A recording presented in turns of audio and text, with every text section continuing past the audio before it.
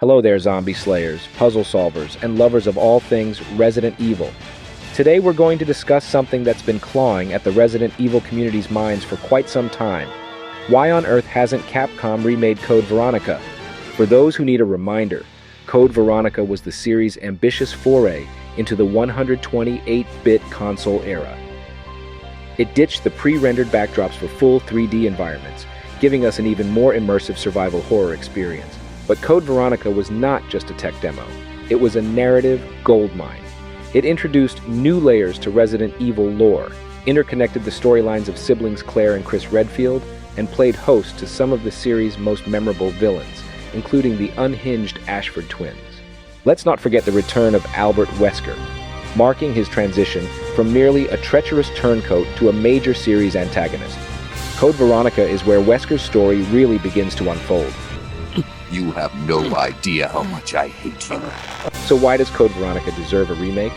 Well, imagine revisiting the terrifying locales of Rockford Island and the Antarctic base with today's graphical prowess. Envision the zombies, bandersnatches, and hunters reanimated in grotesque high definition, the tense atmosphere cranked up to 11. And the story. Oh, what Capcom could do with the story. We could see deeper explorations of the Redfield siblings' saga, with more detailed character development. The twisted tale of the Ashford family could be expanded upon, creating an even more captivating narrative. And Wesker's evolution as a villain could get the attention it deserves. Also, Code Veronica holds a pivotal position in the Resident Evil timeline, with its events resonating throughout later games. A remake could provide an opportunity for Capcom to weave Code Veronica's narrative more tightly with recent entries, shedding light on key aspects of the series' lore for newer fans. Alright, let's get this out of the way. Code Veronica, despite its status as a classic, has some character portrayals that could use a bit of a, shall we say, glow up. Relax, beautiful. I said I was sorry. My name's Steve.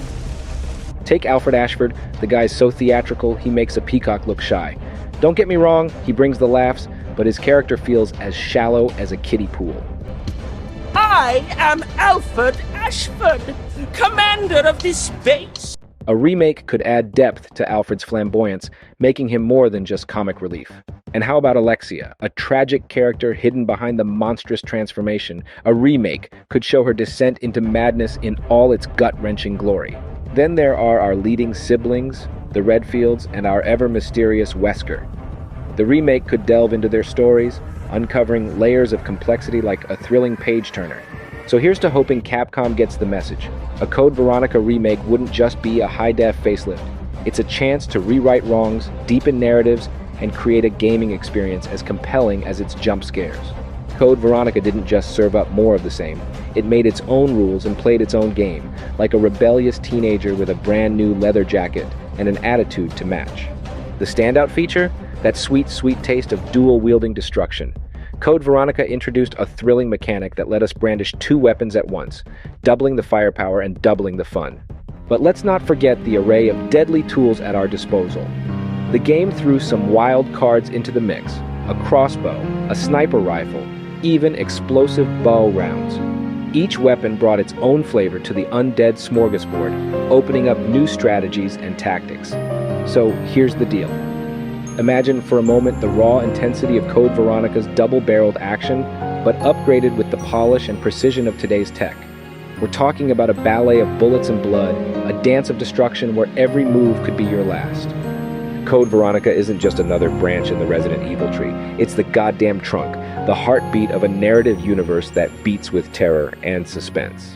It's the bedrock that laid the foundation for the Ashford family's tangled saga, the inception of the T. Veronica virus, and let's not forget, the jaw-clenching roller coaster ride of our favorite sibling duo, Chris and Claire Redfield. Now imagine Capcom, with all their modern magic, breathing new life into these timeless tales. They could clarify the fuzzy parts like the downfall of the Ashford dynasty, the full potential of the T. Veronica virus, and maybe even throw light on that persistent Wesker mystery. Imagine the web of narrative connections they could weave with the other games in the series. The family rivalry between the Ashfords and the Weskers could be explored in more depth.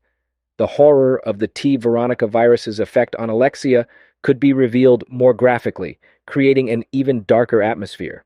And that's just the tip of the iceberg.